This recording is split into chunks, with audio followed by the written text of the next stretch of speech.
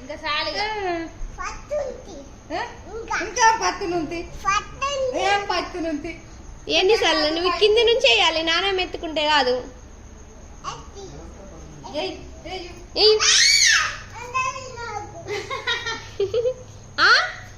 ఎగరాలి. అన్నింటే పెద్ద అవుతారు.